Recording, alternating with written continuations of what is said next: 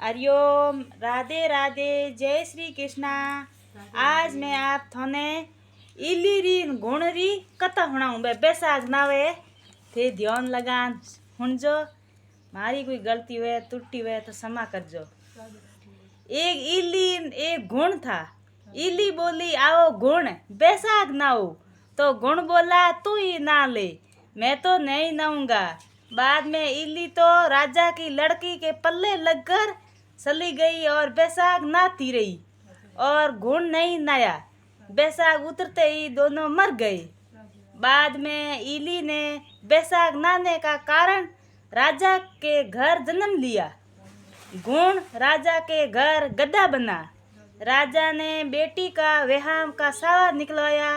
बेटी ससुराल जाने के लिए विदा होने लगी तो बेटी की बैलगाड़ी रुक गई। राजा रानी बोले कि बैलगाड़ी क्यों रुक गई? बेटी तुझे जो चाहिए मांग ले। तब लड़की बोली वह गद्दा मुझे चाहिए। तो वह बोले ये क्या मांगा? ये मत ले जा, चाहे और धन दौलत ले जा। परंतु वह नहीं मानी और कहा मुझे तो ये गद्दा चाहिए। तो वह गद्दा रथ के साथ बांध दिया। जब गधे को साथ बांध दिया तो वह फुदक फुदक कर भागने लगा। लड़की महल में जाने लगी तो उसे सीढ़ी के नीचे बांध दिया। जब सीढ़ी उतरने लगी तो गधे ने कहा कि लड़की थोड़ा पानी पिला दो।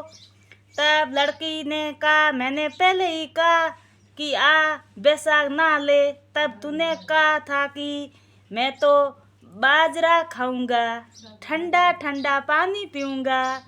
उनकी आपस की ये बातें दोरानी जेठानी ने सुन ली। देवर को सिखा दिया कि तुम क्या जादू रानी लाया हो जो जानवरों से बात करती हैं। तो वह बोला कि कानों सुनी नहीं मानता, आंखों से देखकर मानूंगा। दूसरे दिन वह छुप कर बैठ गया और देखा कि रानी महल से नीचे उतरी तो गद्दा फिर वही बात बोला। रानी ने जवाब दिया। राजकुमार बोला कि रानी तू जानवरों से क्यों बात कर रही हो? तू बता दे कि तलवार से मांगू। रानी ने कहा कि औरत का भेद मत पूछो। तब राजा ने कहा कि मैं तेरा पूरा भेद लूंगा। रानी ने कहा कि पिछले जन्म में तो इल्ली थी और वह गुण था।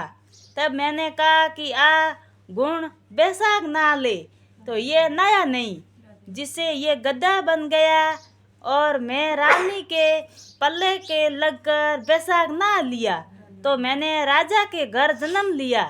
यही बात सुनकर राजा ने कहा कि बैसाख नाने का क्या फल है? तो रानी ने कहा कि बैसाख नाने से मैं आपके घर में राजपाट कर सकी।